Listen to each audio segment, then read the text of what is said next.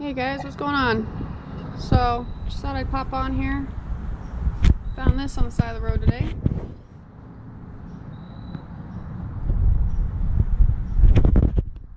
Good sized beaver.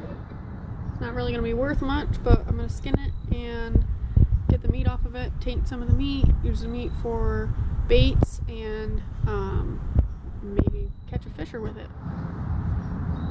Let's skin this bitch. So we're all set up here. Got the beaver. Brushed them out. Cleaned them up a little bit. Get my camera set up so you guys can watch, because I've never skinned a beaver before, so this should be fun. You'll see I got a few different knives here. I did brush the beaver out best I could. I'm gonna wash him afterwards. Got a little bit of road rash going on. Looks like these things stink to high hell. So there goes nothing. I guess I'm gonna start at the vent.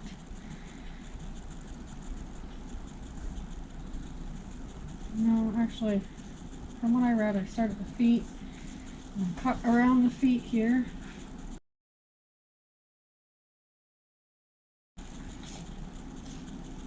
Just cut right through that tendon there, down to the bone. I don't quite remember how he did that. It's gonna be similar to breaking a chicken foot, huh? Looked pretty simple. He said what he was doing was a rough skinning. I don't know, everybody's always said beaver's good eating, but damn, could you imagine eating this thing? It smells like front paws. Same thing. Alright, so we're gonna start at the vent, draw a straight line up to the chin. My knife's gonna follow that line, I guess. I don't want to go too deep, because I definitely don't want to cut guts open.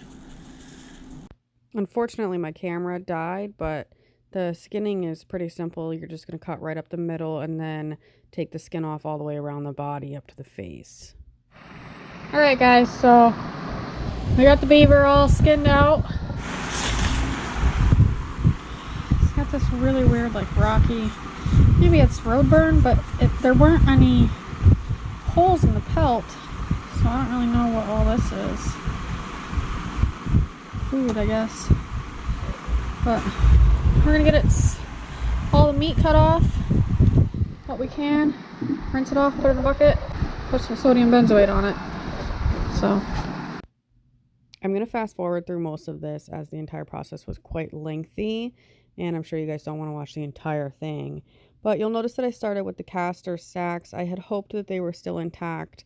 However, unfortunately, they weren't. Whatever had happened to the beaver when it got hit, it destroyed the sacks. So I just tossed them to the side. But then I continued on to cut off as much meat as I could find.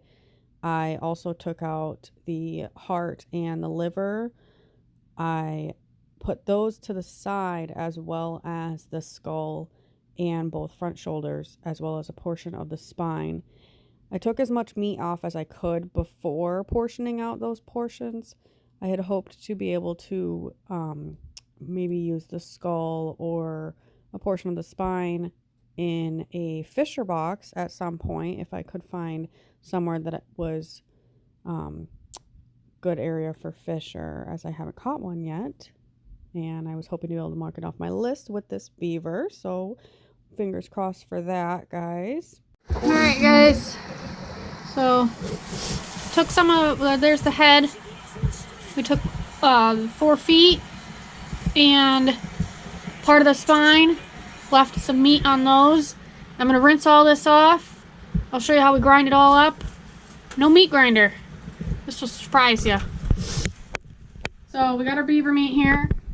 I rinsed it off. I'm thinking it's about a gallon. I'm gonna put it in here.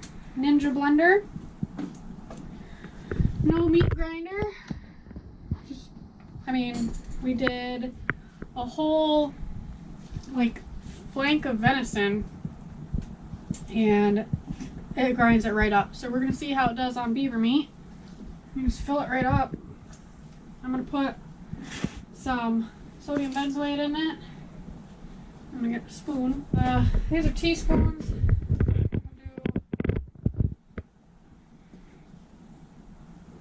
The ratio was, what, a tablespoon per pint? So, these are teaspoons. I'm just gonna put a shit ton of it in there. Can't do too much. So the sodium benzoate preserves it. Glycerin helps it not freeze.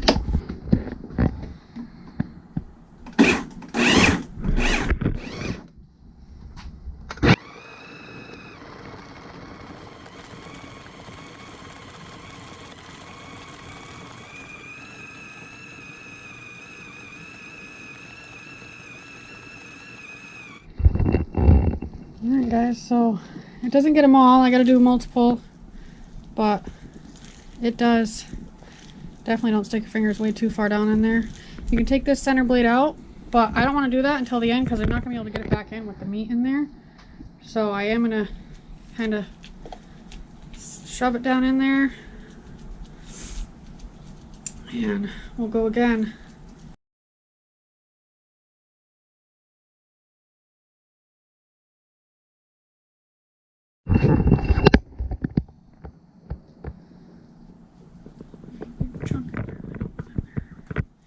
So it misses a couple pieces like this. I got more left, so I'm just going to chunk it right on in the bucket. And this is it. It's good to go. Take some of this, throw it down in a hole. Your beaver meat for, I mean, coyote, fisher, bobcat. Round 1. Round 2 in the works.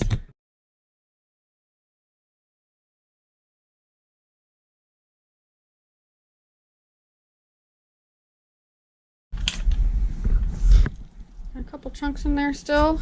I'm gonna pass it through again. They wrap around the blade, so I like to go in and just kind of stir it all around. Kind of tuck it down in there so that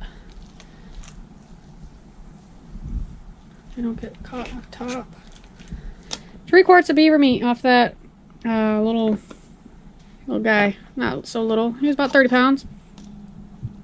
But I didn't tighten these all the way because I want these are going to build up some gas over the next few days.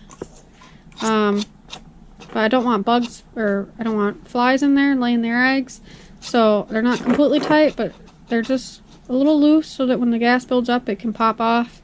And these ones I will come in and twist the top off. You'll hear the gas. It kind of sounds like a soda can opening up, a little hissing. So I'll burp these myself, and then these two will burp themselves because the top is not on very much, just enough so that flies can't get in. So I forgot to mention I did cut the tail off. I don't know what I'm going to do with it yet, but there's got to be something you can use it for. I know you can render it down and make beaver tail oil. Not quite sure I'm that handy yet, but we'll see. I'll keep you guys updated on what I do with the tail. For now, I think I'm just going to store it in the freezer maybe. I don't know. We'll see. If you wanted to, you could add, I know Dunlap and Rusat and a whole bunch of people have like bait mixes. I don't know what's in them. But you could add something to that and make your own little concoction, or just leave it how it is. I'm sure it'll work either way, but that's it, guys. Easy enough. A little bit of hard work for hopefully a lot of catches. But we'll see you guys next time.